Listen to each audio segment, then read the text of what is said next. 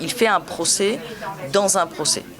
Et ce procès que lui fait, c'est le procès de Samuel Paty, mon frère. Le 15 décembre dernier, donc, il avait fait une conférence de presse avec ses confrères avocats qui défendent également M. Sifrioui, où il avait déjà annoncé à haute voix de quelle manière il allait assurer la défense de son client.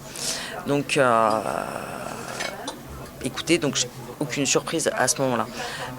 Le plus dur, c'est qu'à l'heure actuelle, il essaye de se défendre, entre guillemets, que c'est pas lui qui fait les jeux des médias. Et pourtant, dès qu'il y a une suspension d'audience ou une fin de journée, c'est lui qui se jette à corps perdu aux médias pour s'épandre, pour se plaindre, pour se victimiser. Qu'est-ce qu'il cherche à faire, selon vous, cet avocat ?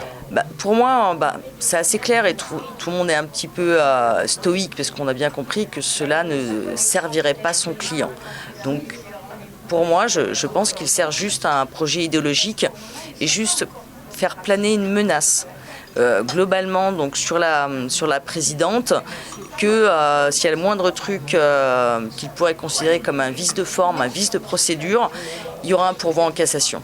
En fait, on se retrouve comme au premier procès où déjà il y avait l'effet d'annonce qui allait avoir appel et maintenant, en fin de compte, il est en train d'annoncer qu'il y aura un pourvoi en cassation de demander en tout cas. Il tente, entre guillemets, de refaire ce qu'a pu faire à M. Abdelhakim Sifrioui, donc son client en 2020, qui faisait déjà le procès de mon frère, mais cette fois en 2026. C'est quelque part, il faut bien comprendre quand même, il défend un client. Donc ce qu'il est en train de plaider, globalement, son client, c'est lui qui l'a demandé ou c'est lui qui est d'accord.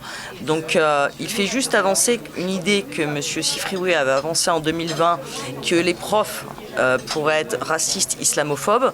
Il veut juste essayer que cette idée passe de plus en plus.